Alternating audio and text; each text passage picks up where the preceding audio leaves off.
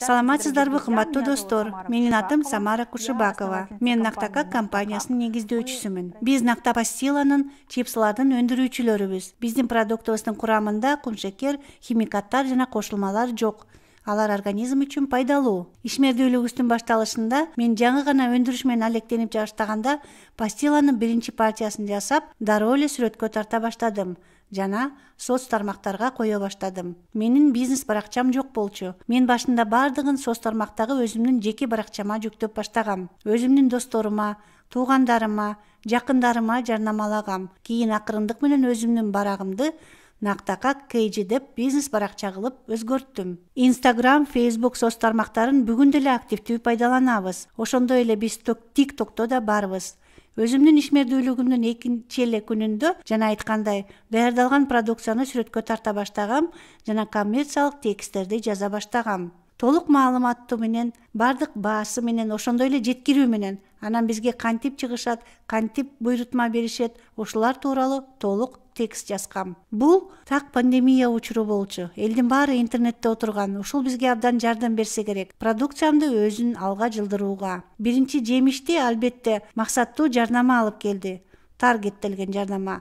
Себеби жөн эле отуруп алып жазуу, сүрөткө тартуу эч кандай жыйынтык берген жок. Мен тааныш эмес адамдарга сатууга чыккым келген. Ошол таргеттелген жарнама 100% иштеди. Ошону кое бергенден кийин эле Instagram баракчама дароо эле жазылып башташты. Андан кийин буйрутмалар түшө баштады. Facebook'тагы таргеттелген жарнама дагы абдан жакшы иштеди. Мени кийин 2 жума иштегенден кийин таргеттелген максаттуу жарнама менен башында $20 короттум.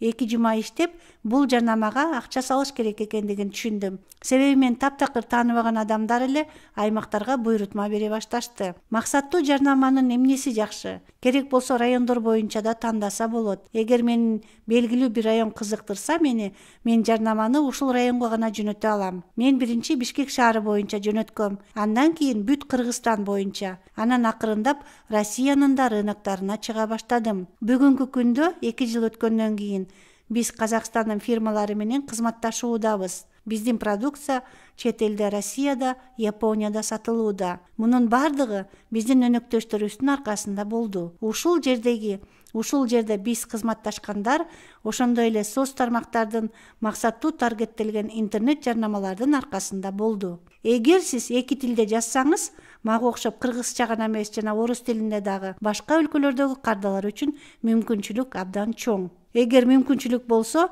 англис тилинде да жазгыла. Электрондук соода иши кичинекей нерсеге чектебейт. Мисалы, сиздин дүкөнүңүз болсо, сиз бир эле жерде жайгашасыз. Ал эми электрондук соода иши менен сизде бүт дүйнө жүзү бар. Алакандагыдай көрүнөт. Эгер ушинтип кыска жана түшүнүктүү салыштырсак. Сиз менен ар кайсы өлкөлөрдөн, жердин ар кайсы бурчтарынан байланышып башташат. Даяр болуңуз. Сизге англис тилинде баалар жөнүндө, дүң баалар жөнүндө сурап башташат.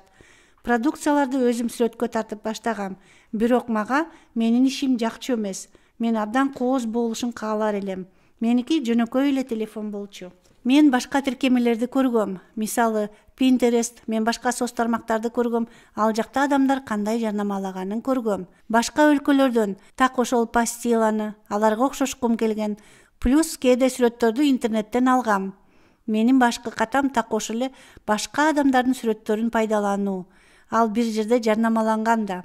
Кийин мен кесипкөй фотографтарды, видеографтарды жалдап баштадым. Бул көп жемиштерди берди. Себеби съемкалар жеке биздин компания үчүн болгон. Дагы бир катамдын бири, соц тармакка дайыма үзгүлтүксүз чыккан эмесмин. Ар бир жолу күн сайын чыгуу керек. Кандайдыр бир туруктуулук болуш керек. Меники жумуштун көптүгүнөн мындай болгон эмес. Бүгүнкү күндө биз карап жатабыз, SMM Адистин кызмат ордун ачтык. Соц тармакты өзүм алып баргандыктан кичине жетишпей жатам. Бул дагы менин катам. Убакыт келгенде сен түшүнөсүң, муну башка бирөөгө бериш керек экендигин. Башкача айтканда, так соц тармактар менен алга жылдыруу менен алектенген адиске бериш керек. Мындай учурда бардыгын өзүң көтөрүүгө болбойт. Токтош керек жана бул жумушту башка адамга берүү керек. Жана башка багыт менен алдыга жылуу керек. Менин ийгиликтерим бул соц тармактарды, продукцияны алга жылдырууну ичинен түшүнө баштадым. Биз дүңүнөн саткандан башка дагы жеке буйрутмаларды жеткирип бергенден башка дагы бизде корпоративдик буйрутмалар бар. Белек топтомдору чоң компаниялар үчүн буйрутмалар. 8 мартка карата майрамдар күнү биз белек топтомдорун жасайбыз жана жеке жеткирип беребиз. Жеткирүү өзүнчө төрлөнөт, белек топтому өзүнчө төрлөнөт. Эң маанилүүсү бизге кайрылган биздин кардар сунушталган нерселерден тандап алса болот жана өзүнүн топтомун өзү чогулта алат. Сатууларды жогорулатуу үчүн мен белек топтомдорун колдондум. Биз корпоративдик кардалар үчүн белек топтомдорун чогултуп баштадык. Плюс бүт Кыргызстан боюнча жана Бишкек боюнча жеткирүү акысыз. Бул ишмердүүлүктө менин тажрыйбам аз.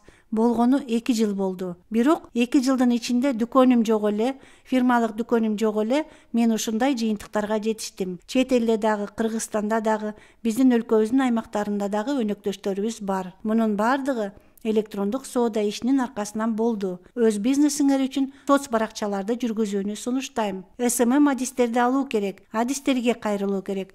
Башкача айтканда бардыгын өз колуңарга ала бербей, бирөөгө берүү керек. Бардыгыңыздарга ийгилик каалаймын. Көңүл бурганыңыздар үчүн рахмат.